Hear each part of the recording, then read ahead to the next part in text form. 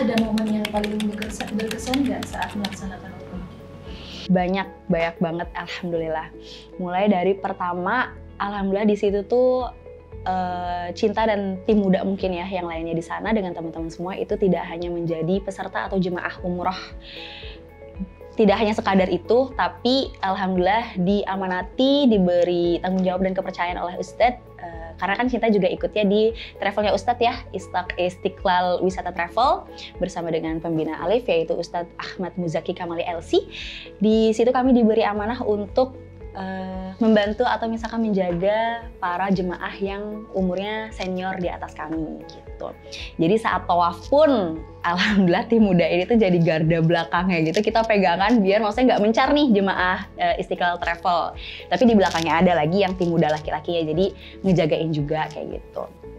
Terus ada lagi alhamdulillah di Raudhah saat di Madinah itu alhamdulillah yang perempuannya dapat ke Raudhah juga. Berkesannya adalah karena ternyata masuk ke Raudhah itu sangat sulit, perjuangannya luar biasa. Di situ sebenarnya untuk jemaah travel kami yang perempuannya, yang akhwatnya itu sulit untuk masuk untuk yang pertama kali ya. Jadi ternyata yang pertama itu tasyrifnya jamnya belum pas dengan jam masuk kita. Dan itu kan 40 orang yang perempuannya. Akhirnya keluar lagi, udah baris, udah masuk sama laskarnya disuruh keluar lagi. Akhirnya kita pecah bagi 2 tim, 20-20 di jam yang pas. Masuk lagi, tapi Masya Allah saat itu mutawifnya minta untuk 5 orang terbelakang. Dan di situ ada saya, aku, Kak Nana, Kak Ocha, ada teman kami namanya Kak Jehan, dan ada Bu Rahmah. Itu diminta untuk yang 5 orang belakang ini nanti coba ikut saya ya. Jadi kalau misalkan memang 20-20 orang ini tidak bisa masuk, kita coba berlima dulu. Kira ya udah, tapi di situ percobaan kedua kalinya butuh banyak sekali realize diri. Kalau misalkan ya Cinta minta maaf di situ sama Allah, Cinta minta maaf sama Rasulullah. Ya Allah, Cinta bahkan Cinta sampai ngomong sama Rasulullah, ngomong sendiri gitu ya sambil sholawatan. Ya Rasulullah, Cinta datang nih. Cinta datang, engkau sudah mengundang Cinta ke sini, perkenankanlah Cinta masuk ke rumahmu, perkenankanlah Cinta untuk hadir.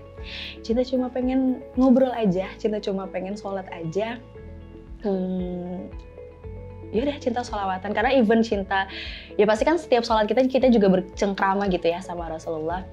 Tapi di saat ini, Cinta nggak mau menyia-nyiakan undangan dari Rasulullah dan Allah Subhanahu wa Ta'ala. Ya udah akhirnya di situ Cinta minta maaf. Memang harus benar-benar bersihin hati. Di situ Cinta sholawatan. Alhamdulillahnya memang benar-benar ternyata 2 tim 20 orang itu gak bisa masuk lagi sama laskarnya. Tapi yang 5 orang itu saat dilihat tasyrifnya nih sama laskarnya, biasanya kan dicek tuh jamnya apa segala macem. Tapi ternyata nggak kayak cuma dilihat, udah silahkan masuk. Di situ kita berlima langsung benar-benar banjir nangis. Perjuangannya luar biasa. Sampai di dalam Raudhah pun itu sulit. Itu tuh yang namanya di di body sama orang-orang, apalagi orang Indonesia itu kan kecil-kecil. Indonesian people is so small. Lawannya itu Turkish, lawannya Uzbekistan, India dan lain sebagainya yang tinggi-tinggi, besar-besar badannya. Ya udah, tapi di situ benar-benar harus nyeplos, harus sendiri. Akhirnya kita berlima tuh pecah, kepisah. Sholat di situ lebih ke banyak bersyukurnya, sholat taubat, sholat hajat dan lain sebagainya, lebih banyak bersyukur, minta maaf, udah. Itu berkesan karena perjuangannya luar biasa. Terus juga yang ketiga itu saat mencium Ka'bah. Masya Allah, itu juga perjuangannya luar biasa, yang mana saya dan Kak Nana mencoba untuk mencium Ka'bah. Maksudnya ya udah, itu kan rumah Allah gitu ya, Baitullah. Kami datang, itu tadi yang seperti saya bilang bahwa lawannya itu sangat tinggi, sangat besar-besar, even perempuannya pun. Jadi di saat orang Kanana duluan tuh, saya udah kepisah sama Kanana. Di saat orang-orang udah pada mau balik dari Ka'bahnya itu cium, saya ke bawah arus karena badannya kecil ya. Saya ke bawah arus, terus ya udah. Akhirnya alhamdulillah di situ Kanana sudah selesai, pas banget kita lihat-lihatan. Akhirnya kita tarik-tarikan. Kanana tarik aku buat maju ke depan Ka'bahnya, kanananya dorong dan kanannya pergi. Kanannya mungkin mau untuk Cinta berjuang di situ sendirian. Udah, akhirnya alhamdulillah Cinta berhasil untuk, sebenarnya tadi Cinta mikir kayak, ya lah nggak apa-apa kalau Cinta nggak bisa cium, tapi Cinta sudah sedekat ini dengan rumahmu, Cinta bilang gitu. Cinta cuma pengen berdoa, Cinta cuma pengen minta maaf, Cinta cuma pengen bilang makasih banyak atas atas hidup yang sudah Allah berikan kepada Cinta, atas segala nikmat yang sudah Allah berikan kepada Cinta. Ya udah, tapi alhamdulillah Allah kasih untuk semakin dekat lagi, semakin dekat. Di situ Cinta cium, wanginya luar biasa Kak. Wangi Ka'bahnya, wangi kiswahnya itu juga luar biasa. Cinta cium, Cinta doa di situ, Cinta sholawat di situ. Maaf. Ya udah, terima kasih. Ya, Cinta doa di situ, Cinta sampaikan segala apa yang maksudnya harus Cinta sampaikan, baik dosa yang sudah lampau saat ini dan yang akan datang, mohon diampuni segala macam. Cinta syukuri apa yang sudah lampau, yang saat ini diberikan dan yang nantinya akan diberikan kepada Cinta. Segala macamnya, pokoknya emang dua itu sih Kak, minta maaf dan bersyukur. Udah, di situ Cinta kayak, oke udah selesai nih. Tapi pas Cinta mau balik tuh nggak bisa. Jadi kayak udah nempel aja sama Ka'bah ya kan. Udah kayak, oke doa lagi. Udah nempel gitu, oke doa lagi, makasih Allah dikasih waktu lebih banyak gitu kan, dikasih waktu lebih lama. Doa lagi, sholawat lagi, sampai akhirnya ya Allah sepertinya udah cukup. Maaf kalau misalkan berpisah sekarang, karena mungkin masih banyak lagi orang-orang yang ingin dekat denganmu melalui rumahmu ini gitu. Ya udah, akhirnya Cinta tuh pernah nonton dulu, udah lama banget, bertahun-tahun yang lalu, video kalau misalkan memang mau keluar dari situ, ulurin aja tangannya. Ulurin tangannya, jadi Cinta pas habis nyium gitu, Cinta balik badan, Cinta iniin tangan Cinta, bener ada yang narik, zrrrt gitu, emang laki-laki sih mau gimana ya. Tapi orang Afrika mungkin ya, jadi kekuatannya juga kenceng, set, Cinta keluar, udah alhamdulillah. Cinta berhasil lolos dari situ. Saat umroh, Kak Ocha boleh nggak diceritain momen yang paling berkesan saat Kakak umroh? Banyak banget ya momen-momen yang luar biasa bagi aku ketika di sana. Yang pertama tuh ketika di Raudhah. Jadi bayangin aja kita mau bermuajahah in front of you, orang yang selama ini teman-teman sebut setiap hari, setiap sholat, setiap waktu gitu.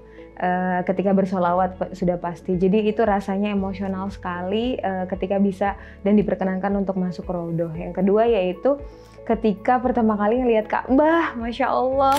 Jadi rasanya mungkin nano-nano gitu ya, karena kita umroh itu kan kegiatan jamaah ya, jadi ibadah jamaah yang ketika sama-sama kita saat itu nangis bareng ngelihat Ka'bah untuk pertama kalinya itu rasanya nggak bisa diungkapkan gitu Kak. Gimana sih biasanya kita ngelihat Ka'bah di TV, terus kemudian kita cuma bisa ngebayangin aja gitu. Saat pertama kali ngelihat Ka'bah tuh aku langsung kayak keputar film hitam putih, gimana tempat bersejarah ini tuh punya catatan historis dari zaman Nabi Adam hingga sekarang, dan bisa semajistik ini sampai saat ini, apalagi khususnya ketika tawaf gitu. Bayangin aja Ka'bah adalah satu-satunya tempat yang nggak berhenti putaran tawafnya seperti jarum jam. Dan aku ada di lingkaran orang-orang itu gitu Kak, dan berkesempatan untuk bergabung dengan lingkaran orang-orang itu, tawaf 7 putaran, alhamdulillah bisa tawaf 3 kali ketika kemarin gitu. Jadi itu luar biasa banget sih pengalaman emosional dan spiritualnya. Ada nggak hikmah yang Kakak dapat? Banyak Kak. Yang pertama tuh sebenarnya buat aku perjalanan ke Mekah sama ke Madinah kemarin itu adalah perjalanan pendidikan jiwa buat aku.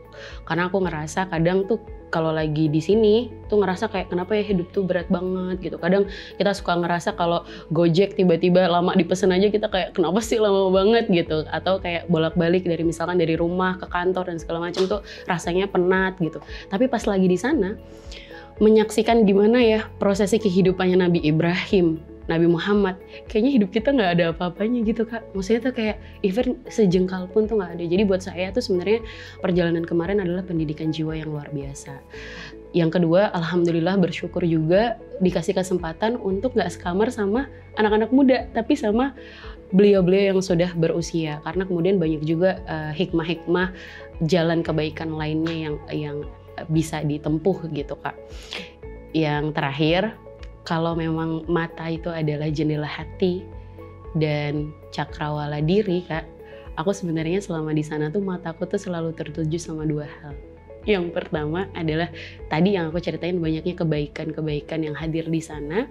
Yang kedua, nggak tahu kenapa setiap aku di Madinah dan di Mekah, aku tuh selalu ngelihat pasangan-pasangan muda yang lagi berduaan dan seru-seruan gitu. Dan akhirnya aku baru sadar kalau ternyata jendela hatiku, di hatiku tuh ya emang itu yang aku harapkan untuk hadir dalam hidupku. Karena selama ini aku ngerasa I don't really need that gitu loh, maksudnya dalam hidup aku. Tapi ketika di Madinah nih, ada fotonya nih, aku lagi pulang dari masjid, ada nih cowok cewek lagi makan Krispy Kreme di pelataran masjid Madinah. Habis itu aku foto, terus habis itu pas lagi di Mekah tawaf, ada kayaknya dia dari Australia atau dari mana, karena dia ngomong pakai bahasa Inggris kan. Terus dia tuh bawa, mungkin istrinya ya, pasti istrinya lah ya, dia lindungin tuh istrinya, jadi badannya tuh dia buka buat ngelindungin istrinya dia. Kayak gitu aja aku nangis, coba kan aneh ya. Dan di situ aku baru sadar kalau ternyata kalau mata itu adalah benar jendela hati kita, maka sebenarnya hatiku memang mengharapkan hal itu terjadi dalam hidupku gitu. Jadi ya gitulah Kak gitu. Sama yang ketiga, ternyata orang Indonesia itu luar biasa semangat ibadahnya. Aku hampir nggak pernah merasa asing di Madinah ataupun di Mekah karena aku melihat banyak sekali jamaah dan orang-orang Indonesia di sana. Jadi luar biasa orang Indonesia, mantap. Kalau dari cerita kakak tadi, ada nggak Kak hikmah yang Ada banget.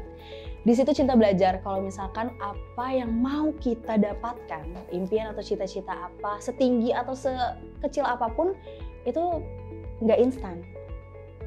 Emang harus berjuang teman-teman semuanya. Jadi apalagi kita hidup di dunia ini ya emang Allah lihat dari perjuangan kita, Allah lihat dari ikhtiar kita, dan emang segala sesuatu tuh nggak ada yang instan gitu. Jadi mulai dari raudhah itu, wah itu kan ya sama aja kayak misalkan kalau kita di dunia mau menggapai sesuatu pasti ada gagalnya dulu. Ada sih yang langsung berhasil. Tapi ya kalau kegagalan itu emang sebagian dari hidup kita, sebagian dari pelajaran yang akan kita dapetin. Jadi kan maksudnya cinta tahu saat gagal itu, oh oke, saat cinta masuk lagi, ya cinta minta maaf, cinta harus bersihin hati. Satu, kedua, ya udah cinta cuma bisa tawakal sama Allah. Ikhtiarnya udah nih, kita coba untuk yang kedua kalinya saat di raudhah itu. Ya udah habis itu tawakal. Jadi emang dan saat di dalam raudhahnya itu kan berjuang lagi tuh buat bisa sholat di dalam situ tuh sulitnya minta ampun Kak. Aku sholat aku sholat tuh di atas aku tuh pas sujud, di atas aku tuh kaki orang lewat-lewat, ketendang, ke apa segala macam. Masya Allah sih luar biasa. Jadi maksudnya ya udah hikmahnya itu adalah ketika kita hidup di dunia emang itu tempatnya ujian, emang itu tempatnya berusaha. Mau ada yang senggol, mau ada yang ngejatohin, ngegagalin, apa segala macam, ambil aja gitu loh, maksudnya terima aja. Dengan itu kita belajar, terus kita tahu kalau misalkan kita bisa, ya kita udah dipanggil nih. Berarti gimana caranya kita buat memantaskan diri kalau misalkan kita sudah menjadi tamunya Allah dan Rasulullah Muhammad SAW. Kalau Ca dapat hikmah nggak? Atau ada hikmah lain saat kakak lagi umroh? Mungkin ketika sebelum umroh tuh kita punya banyak kayak bucket list, pengen A, pengen B, pengen C, terus kemudian kita udah nulis doa-doa pengen A, pengen B, pengen C, kita udah kumpulin sampai teman-teman kantor ngeprint doanya pengen A, pengen B, pengen C. Tapi ketika udah di sana tuh Ustaz Zaki sering kali berpesan bahwa permintaan yang paling utama adalah permohonan ampun dan sujud syukur. Jadi ketika di sana apalagi sampai bisa ke Hijr Ismail, itu hilang semua permintaan, yang ada cuma ya Allah ini saya di sini saya salah satu umatnya Rasulullah yang penuh dosa ini, cuma minta ampun.